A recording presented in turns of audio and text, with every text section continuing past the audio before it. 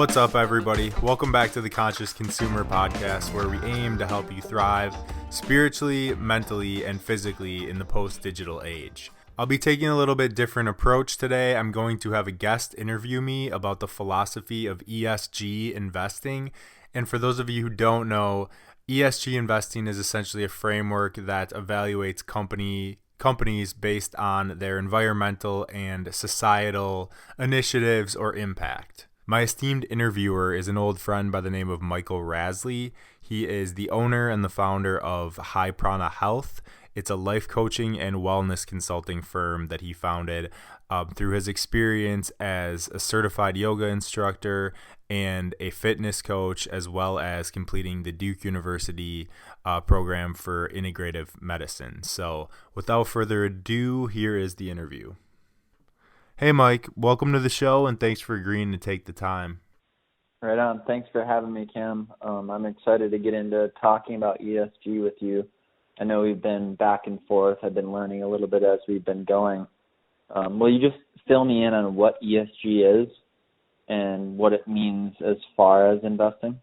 Yeah, for sure. So I first came across the term ESG in the musical realm. First, the Houston-based rapper ESG, and then later on, the post-disco group Emerald, Sapphire, and Gold, or ESG as they're better known. And it wasn't until last year that I discovered ESG in reference to investing.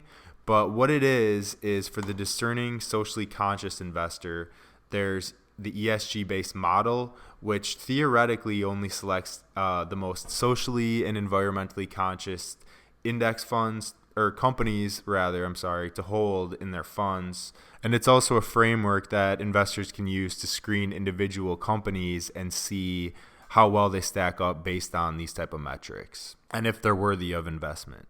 So the ESG approach is essentially a departure from the age-old Friedman doctrine of investing, which surmises that companies' only real responsibility is to maximize shareholder value.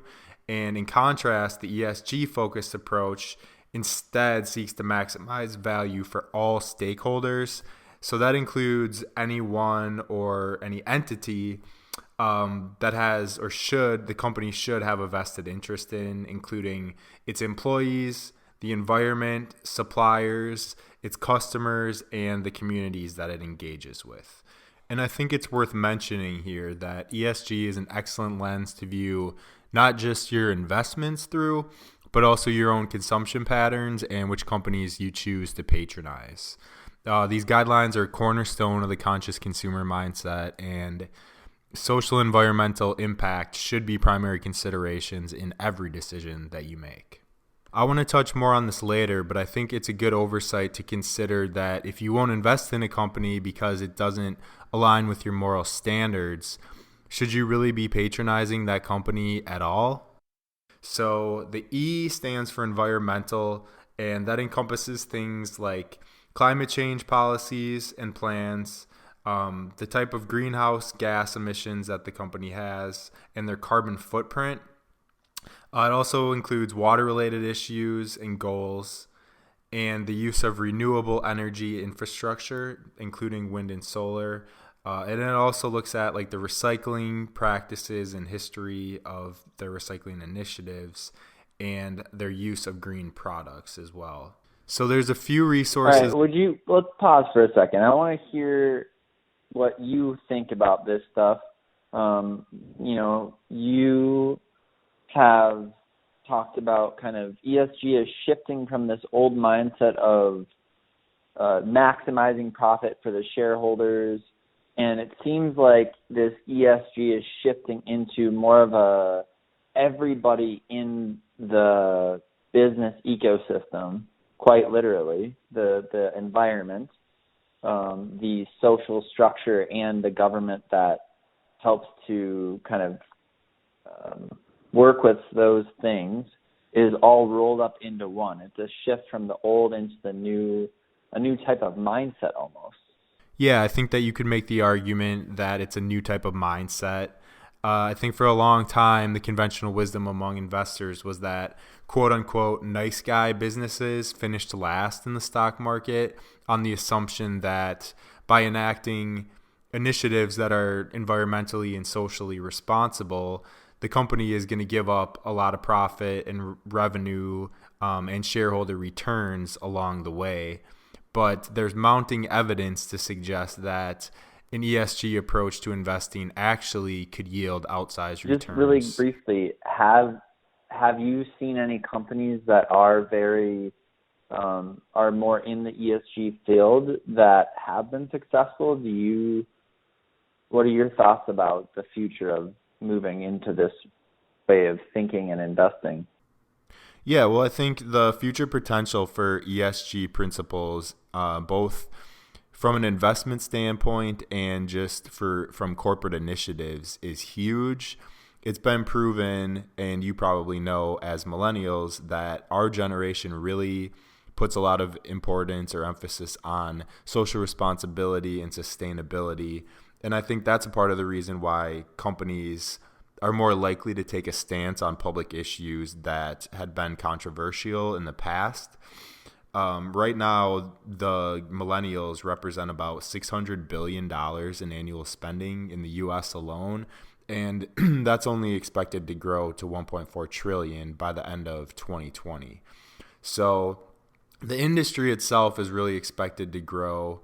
A lot of the money from the baby boomers generation who didn't necessarily put as much emphasis or value sustainability as much as this younger generation does, is expected to pass a lot of their income or their assets down to the millennial generation. So it's definitely going to grow in terms of success for companies that have taken up an ESG approach or ESG standards. I think the jury's still out on that one. Like I said, there's a lot of reports recently that suggest that because they lower risks and their sustainability metrics can provide greater profitability because of things like efficiency and so on. It has been shown that ESG is successful, but it really comes down to evaluating what type of returns there are, and that's going to be probably like a more long-term horizon, just because this is such a new approach currently. And when we're talking about returns, we're talking about monetary returns, right? And that's what it seems like. ESG is not just about monetary returns. It seems like it's more of a return to the whole, again, I'm going to say it, like ecosystem of, the world, human, government, all that. So it's like, it almost seems like there is the potential for more of a return as far as, that broad range of things, but it's not maybe measurable at this point as much. Is that the case?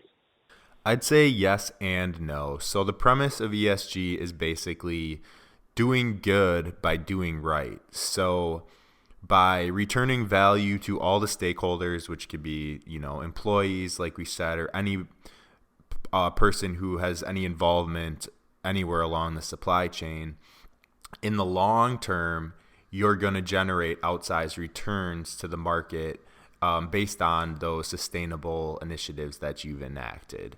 And I think the ESG approach is indicative of a company that is more forward-thinking and focuses on the end game rather than just quarterly earning per share growth. So the ESG approach is still seeking to create outsized financial returns in the macro.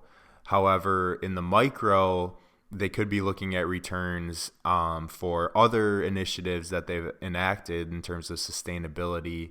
And the assumption is that those initiatives are going to create outsized financial results in the end. By contrast, there's a facet of SRI, or socially responsible investing, known as impact investing, which looks at, rather than the operations of the company like the ESG approach does, It focuses more on the products and the services that the company offers and their use of sustainability in their products and services. So, for example, it could use a metric like the use of renewable packaging to determine if that company is investable or not.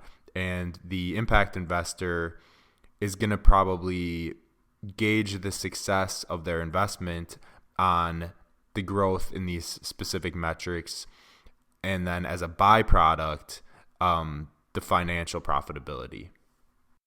Understood. That's actually, yeah, that term just came across my radar very recently.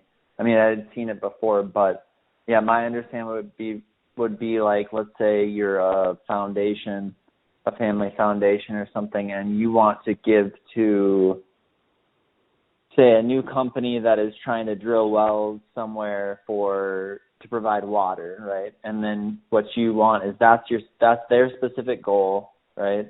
And their goal is to do this, and they could potentially see profits from that in some way, shape, or form. And that foundation is looking for a return on their investment, but it's not as important as the goal of helping other people have drinking water. Is that correct, or is that? Yeah, I think that's correct. I think that's a good example of an impact investing approach because it's selling specific solutions to environmental and social problems, like in this case, the access to clean drinking water, rather than just looking at those things in the scheme of the operations of the company and how in the long run they're going to be or aid financial profitability. It's really looking at the products and the services of the company and how they benefit society as a whole.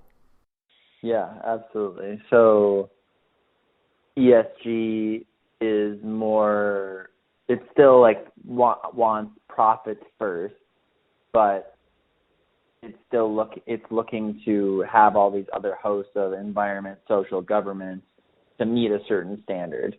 Here is what I believe, and like, let's say for instance, I don't believe in guns, right? So if this company has any association with producing guns, then we're not going to support them.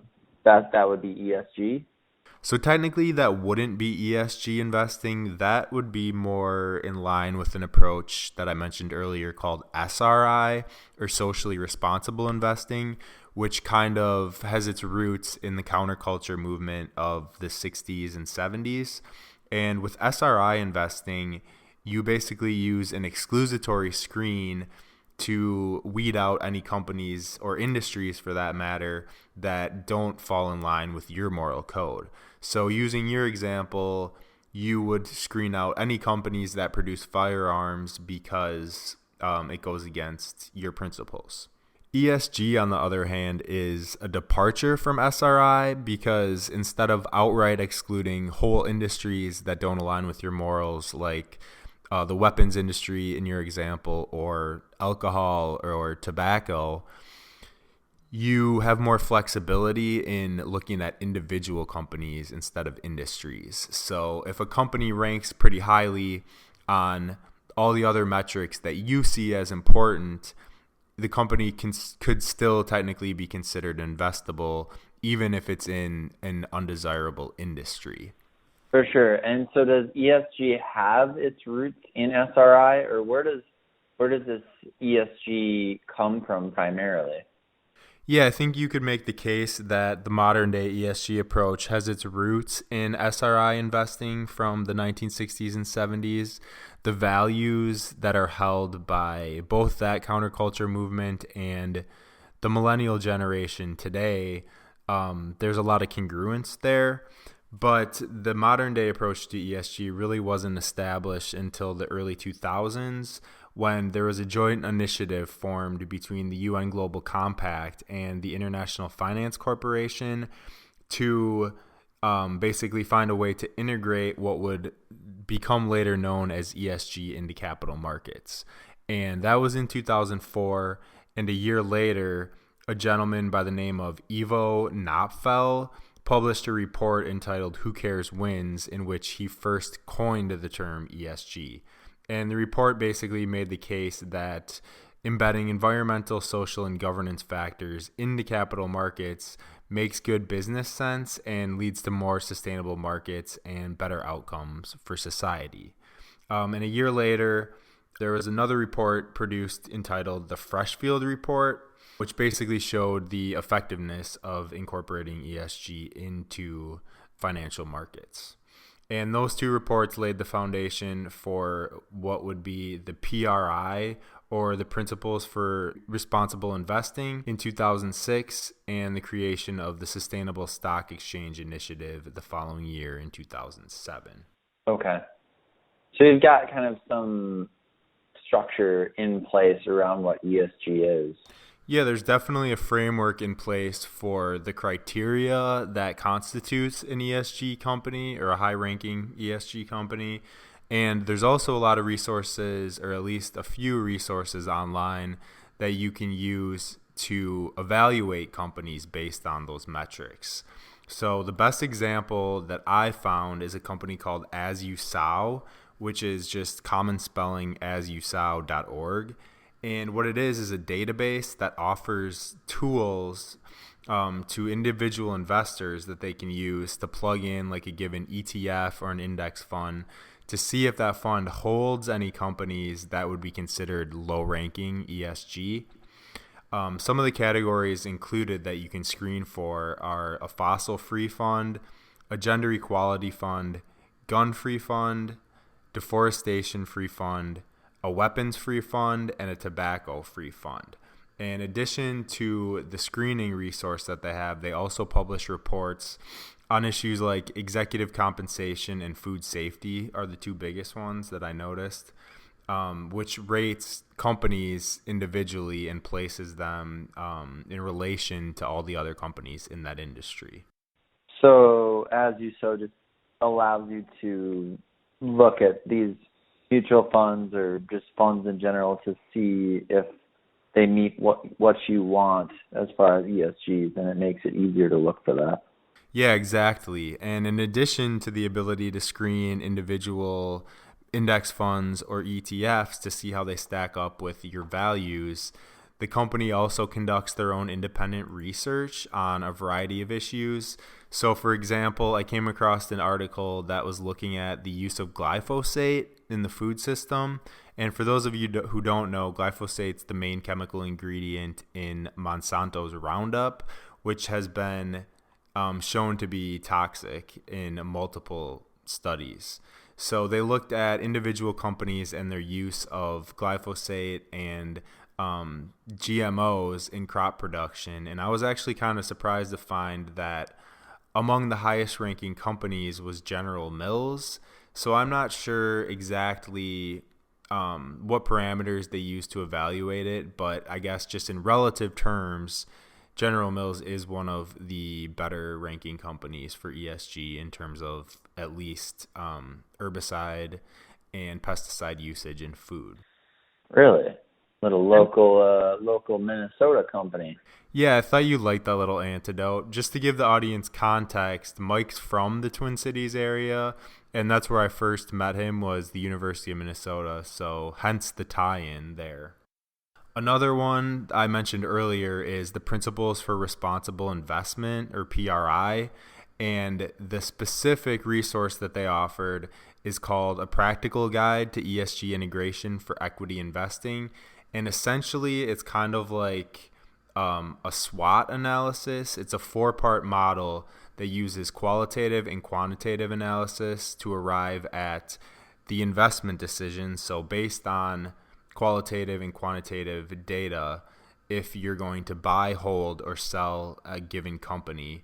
And then ultimately, if you do end up owning that company, an active ownership assessment for the companies that are being held. So it's going to use like shareholder meetings and other type of metrics like that, and their transparency and such, to determine if that company is still suitable for you to hold it as part of your portfolio.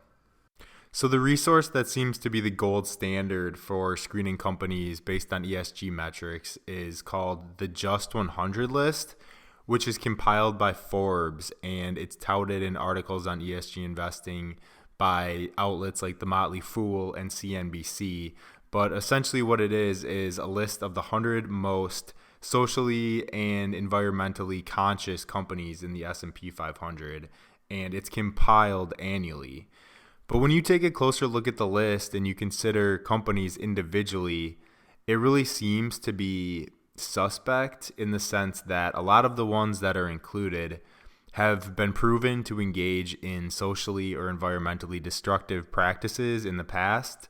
For example, you could look at Alphabet, which is the parent company of Google, for those of you who don't know, who is ranked number 6th for 2020.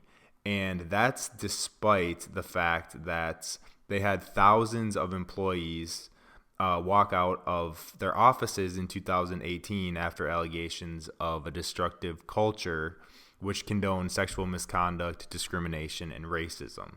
You remember hearing about that?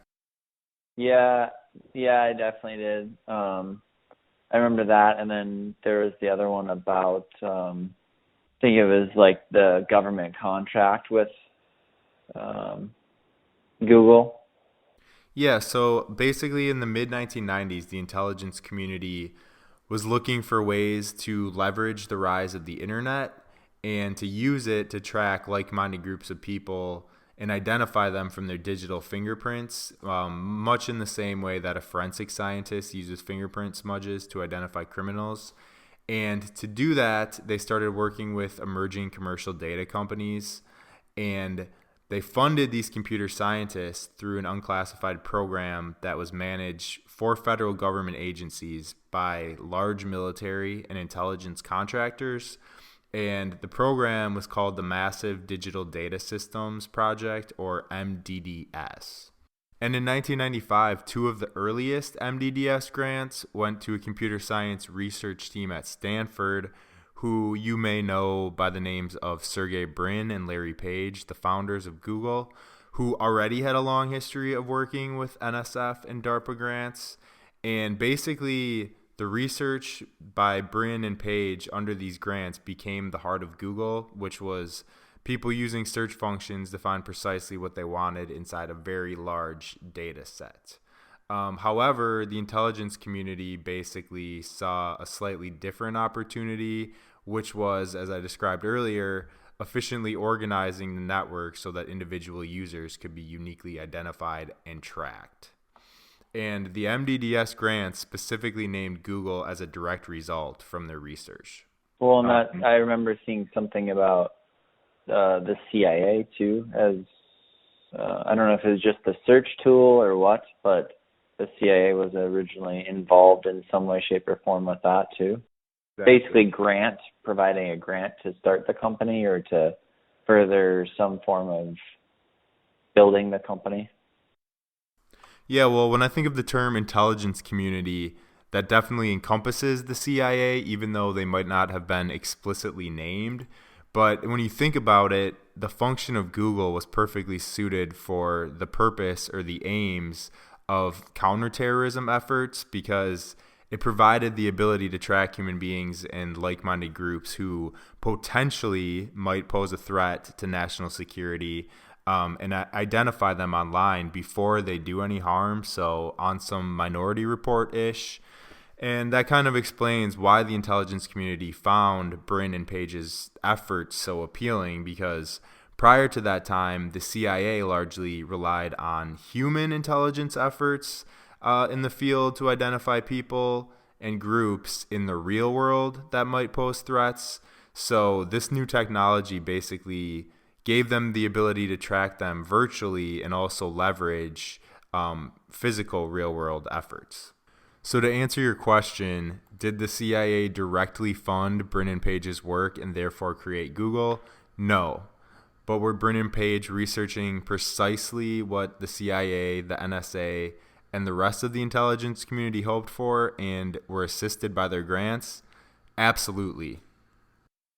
However, on the other hand, we can switch gears to talk about a company that I love to flap my gills about, that does have ties to the CIA that aren't quite as convoluted, and that also appears on the Just 100 list, which is Amazon.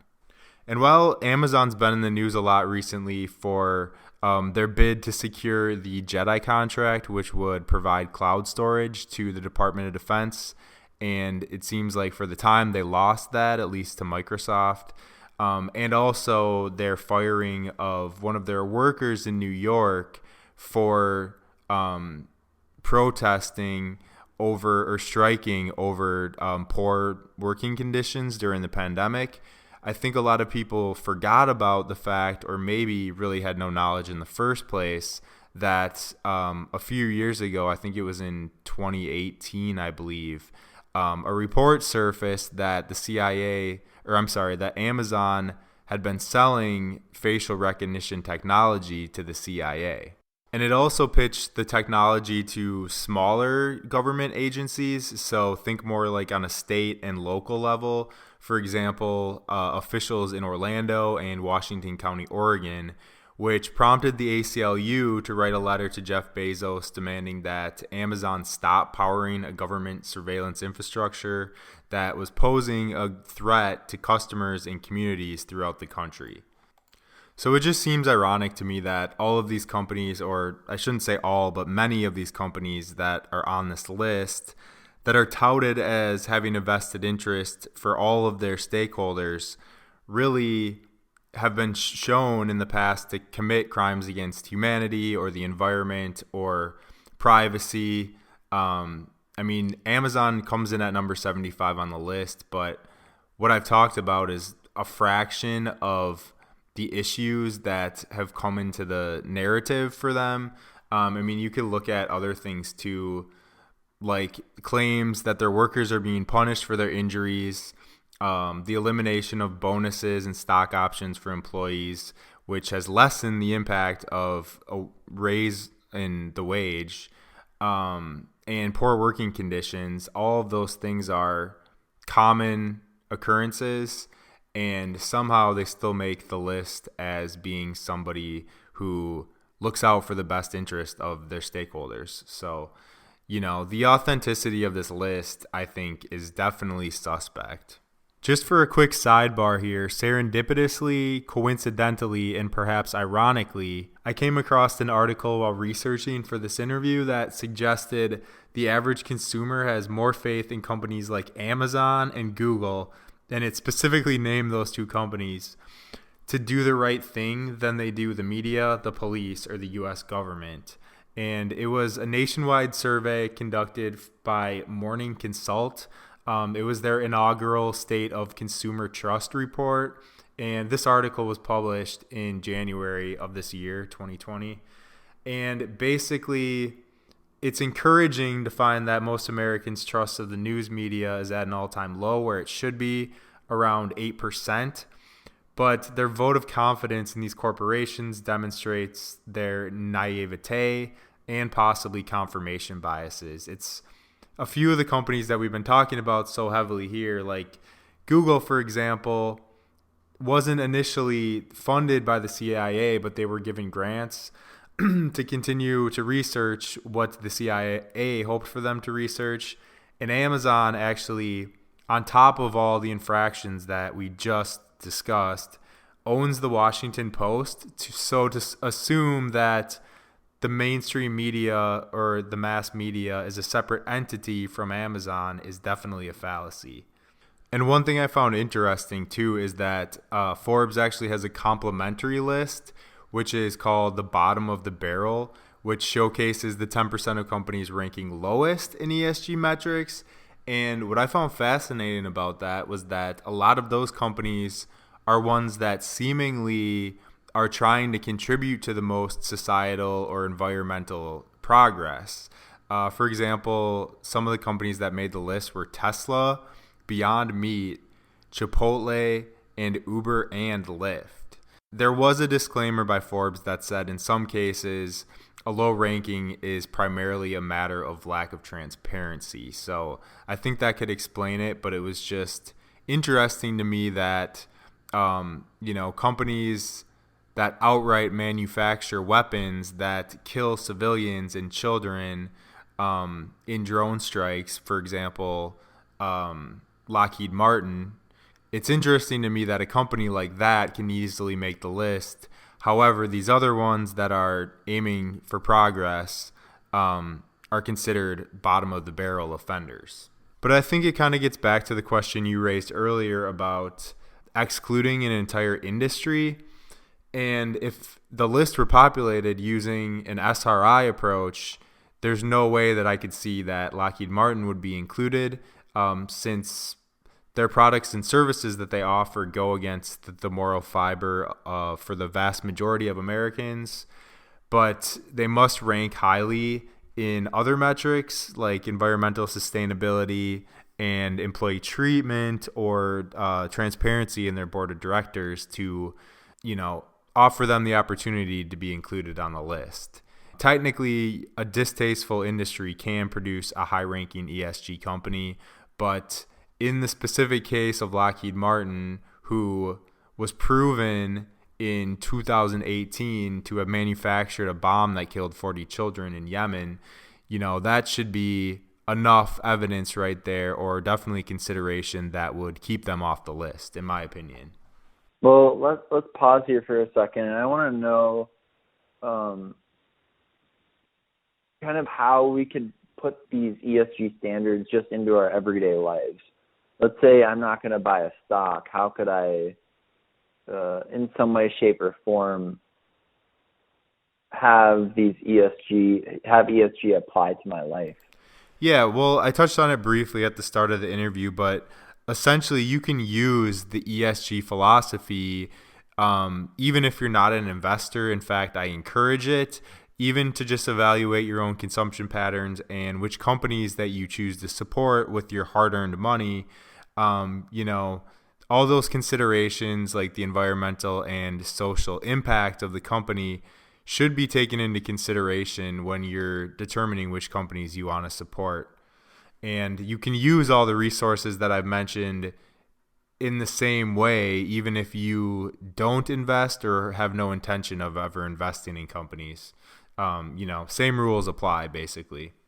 And kind of as we've outlined too, it might not be apparent on the surface the underlying morals of a company. Things might not be all they're cracked up to be, but just a little bit of your own due diligence, investigating companies that you support. It's not really a burden for someone who considers themselves to be woke or a conscious consumer to do their own investigation into the companies that they potentially might be supporting. Just keep your ear to the ground. If you see any developments that bring to light any infractions of human rights or the environment, that obviously is going to be something that impacts your feelings or your sentiments towards the company, and ultimately should impact if you're going to be supporting them anymore or not. Just dig deeper. Look at each company and see if they align up with your values, like even just for regular purchases, and then you're making a difference in that way. Yeah, and I think a good way to dig deeper is just through your own independent research, but you could also use a lot of these resources and tools that I've mentioned to evaluate the companies, not just from the investor standpoint, but you could also use them as a framework to dictate your consumer decisions. So if you're going to support the companies or not.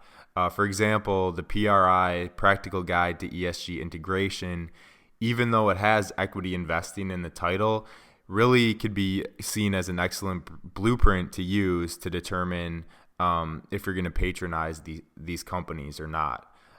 There's a few other things you could use. I would say Glassdoor would be a pretty powerful resource in evaluating companies based on their employee treatment metrics. So just searching for whatever company that you are questioning on Glassdoor would provide you pretty good insights as to at least their treatment of employees. So that's a resource that's more for the benefit of the general public rather than specifically investors.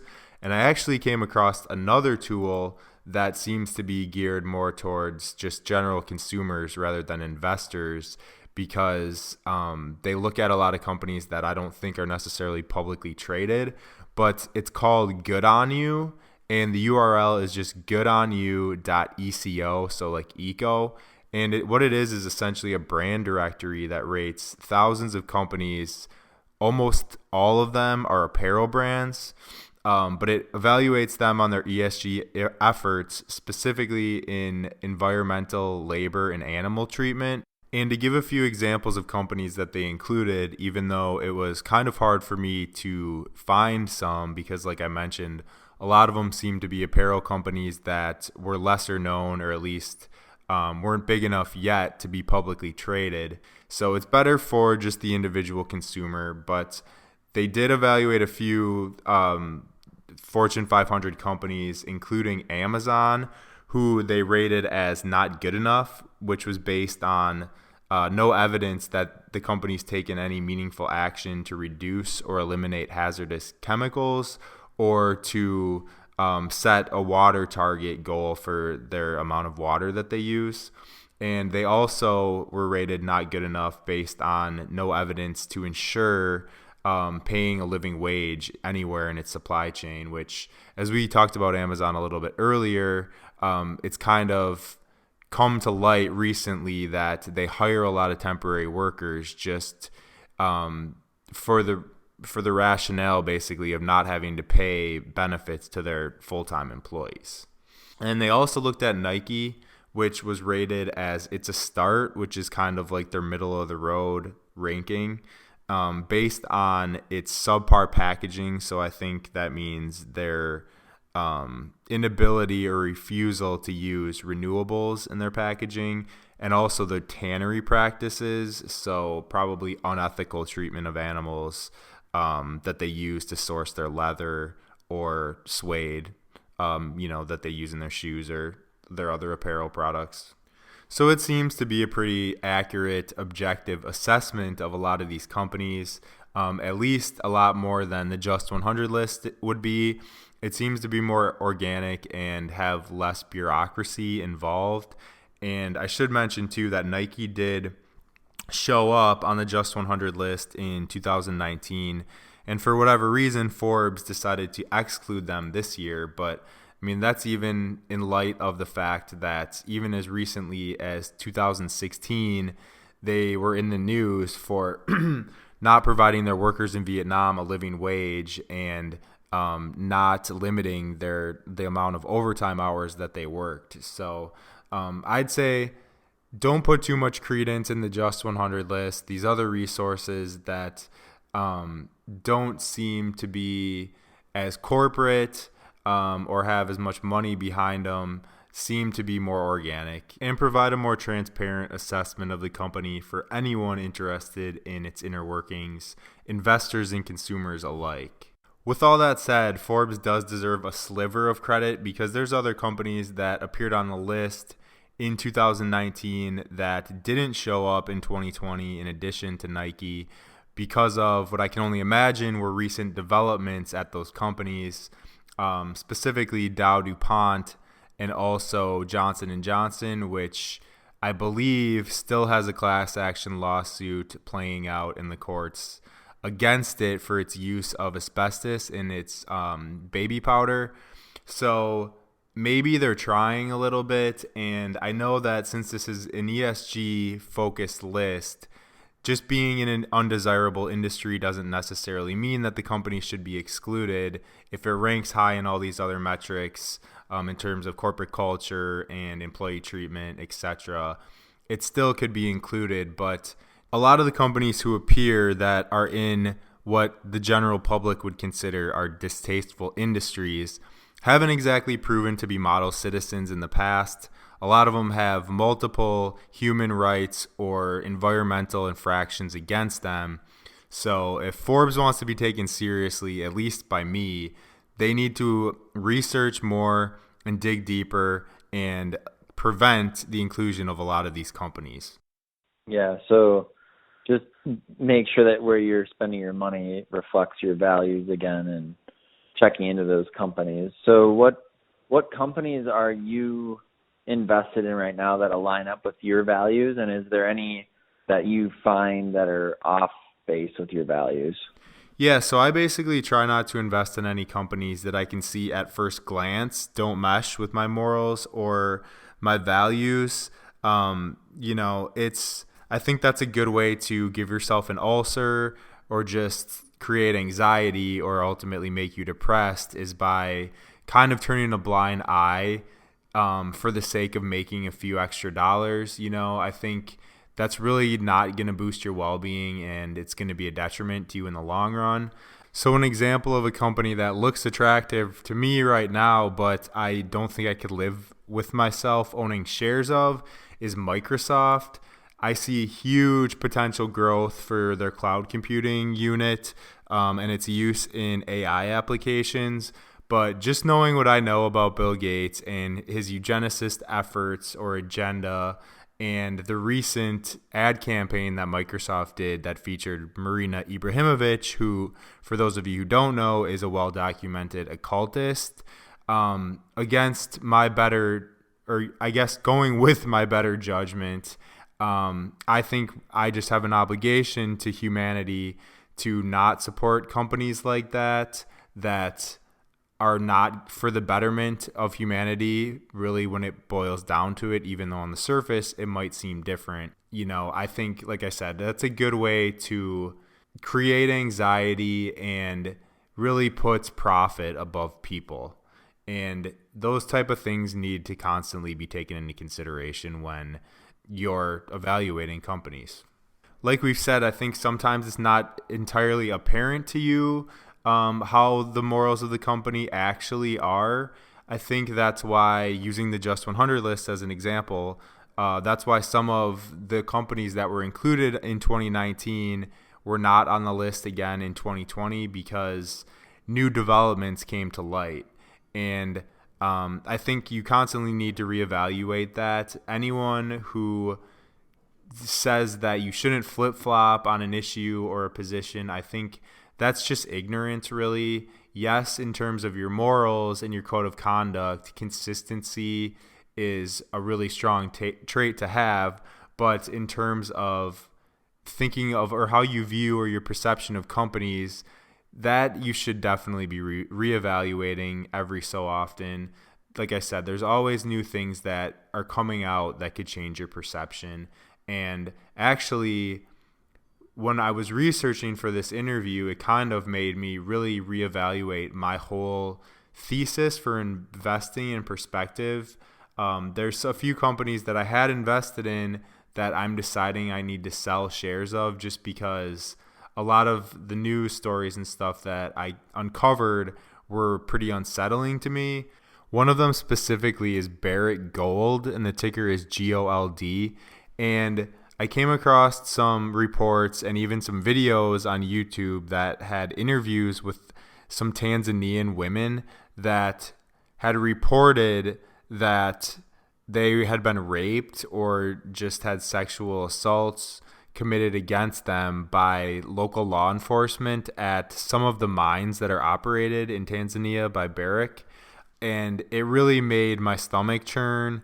And even though it was local government entities that committed the crimes, it was Barrick's operation there that provided the impetus, and it also makes them, as the company, complicit in the crimes, and ultimately me as well, since I'm a shareholder. So when the opportunity is right, hopefully very soon in the next week or two, I'm going to sell all my Barrick shares and probably just convert it to actual physical precious metals, probably mostly gold, maybe a little bit of silver, just because that's, I think, something that's prudent to have right now anyway, but also just for the sake of giving me peace of mind, because I can't have that on my conscience.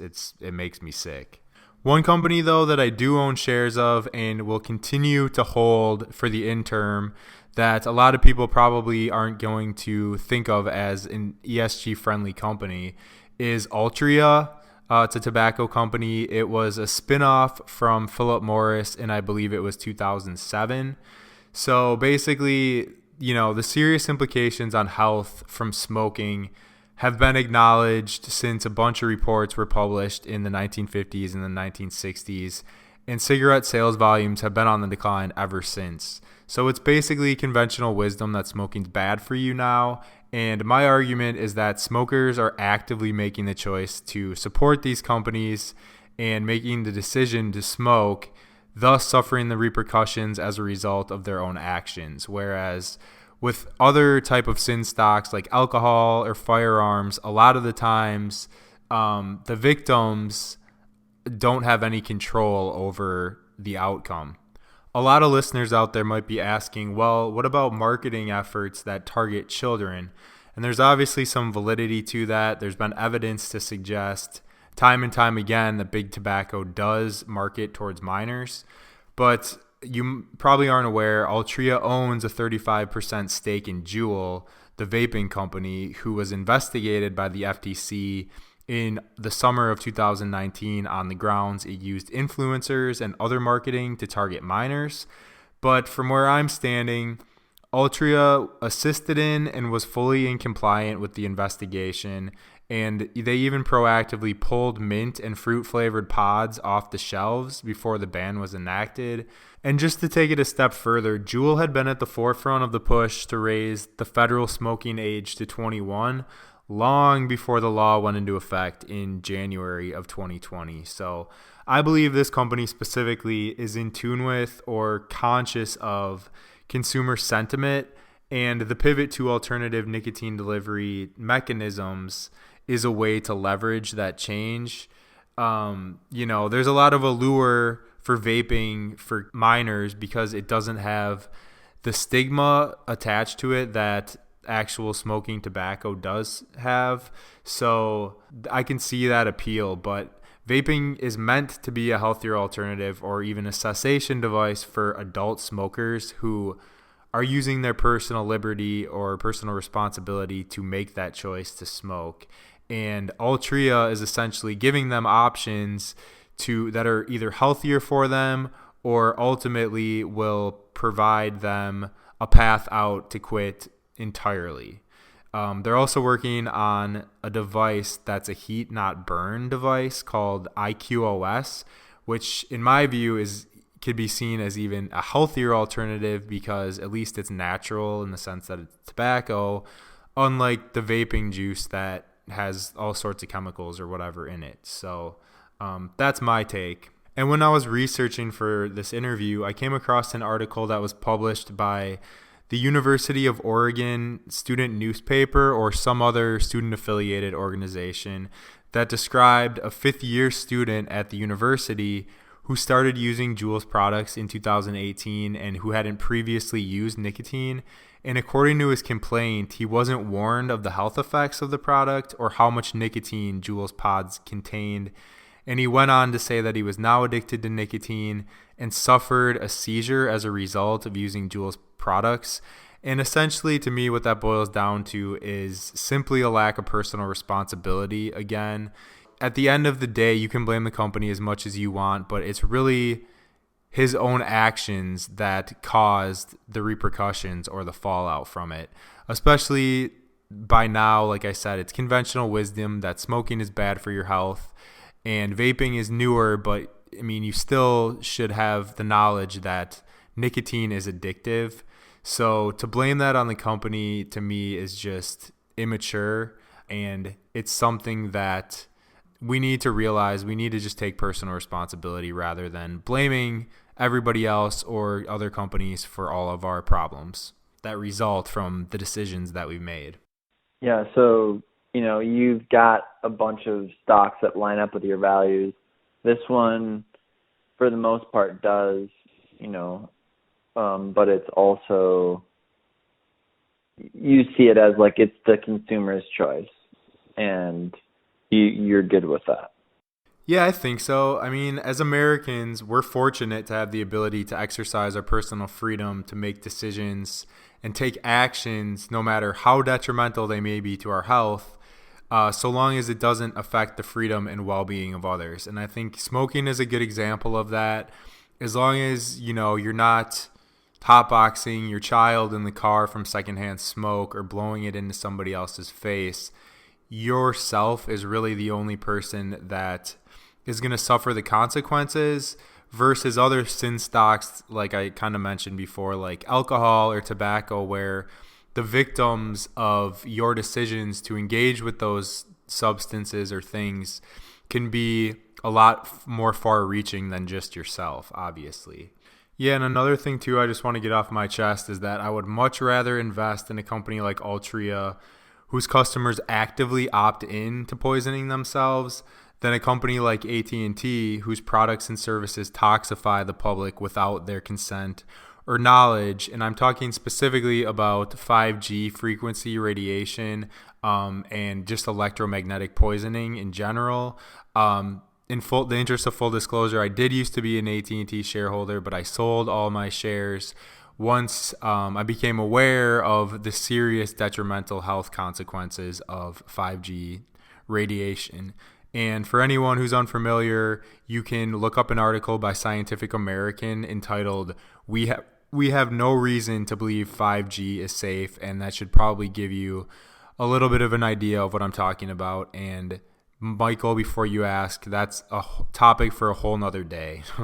Yeah, I completely understand. So what's a company that's maybe on your radar as far as a relatively good ESG rating and something that you're looking to invest in? Yeah, so the company that I'm going to recommend is Starbucks. I own a few shares. I wish I would have doubled down recently when it touched $50, but hindsight's 2020, right? But it's definitely seemingly a company that's shown to be ESG friendly in the past. According to its website, if it is accurate, it says that 99% of its coffee is ethically sourced, and the cornerstone of its ethical sourcing approach is what's known as the coffee and farmers equity practices. So CAFE is the cute little alliteration that they used. But it's one of the coffee industry's first set of sustainability standards that's verified by third-party experts. And the CAFE practices includes over 400,000 coffee farmers in 28 countries committed to improving working conditions and spanning more than 1 million hectares of land, committed to sustainable growing practices. And the CAFE practices is a 4-pronged approach that takes into consideration product quality, so quality control in that all its coffee must meet its standards.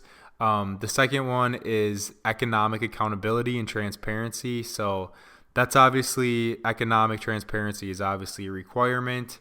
Suppliers must submit evidence of their payments made through the coffee supply chain just to demonstrate how much the price that it pays for green coffee gets to the farmer.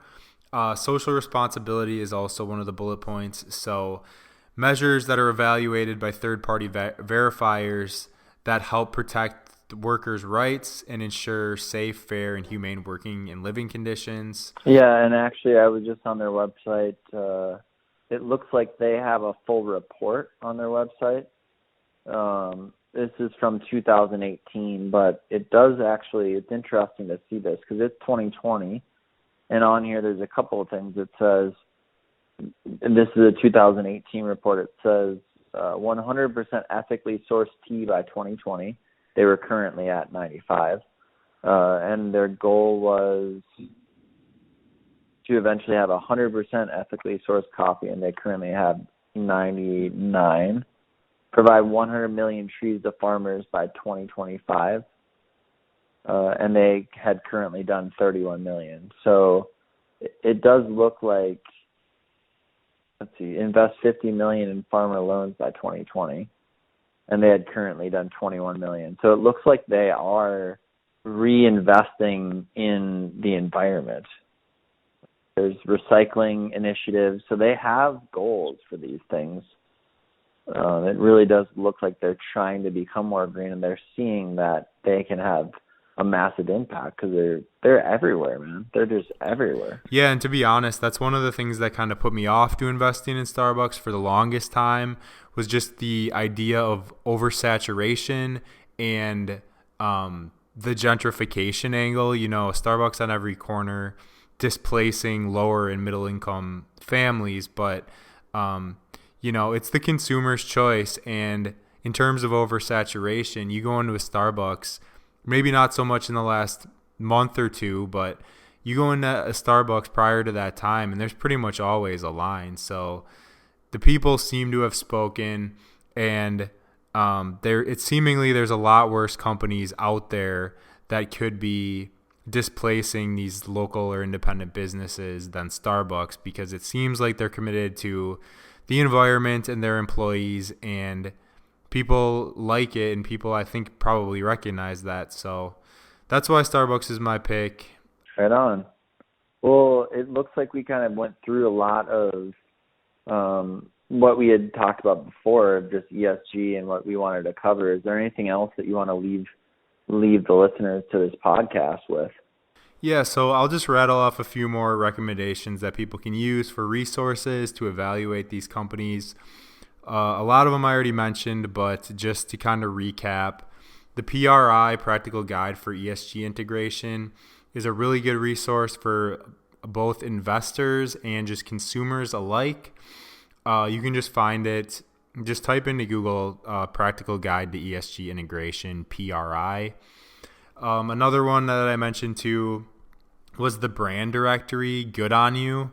It's goodonyou.eco, and it's not so much focused on investors or for investors. It's more apparel brands that more or less aren't publicly traded, but you can definitely get a good sense from a consumer standpoint of the impact that these companies are having on the environment and how they're treating their employees. So that's seemingly pretty legit. I also mentioned Glassdoor. That would be a good one just for evaluating the conduct or the treatment of employees by corporations. And finally, I'd say just doing your own independent research. The internet's a powerful tool. There's all sorts of stuff you can find out there, as many of you know, that's not necessarily publicized in the mainstream.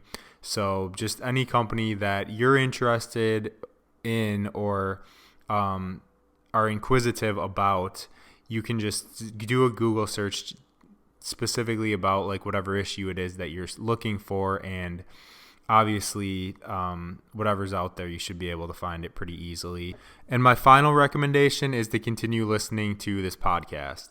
Yeah, so due diligence and then finding those companies that you listed. Would you list that somewhere just in like the section or something like that? Yeah, I can definitely link all of the resources that I mentioned in the show notes. Cool. Yeah, I bet that would help the listener. Awesome. Well, thanks for having me on the show. Just a really brief background on me. I'm a health coach. I went through the Duke Integrative Medicine's training program, and we can move through a lot of different spaces. I was originally a fitness coach, and I am involved in my family's foundation, and have been doing a little bit of work recently with looking into the environment and having future impact.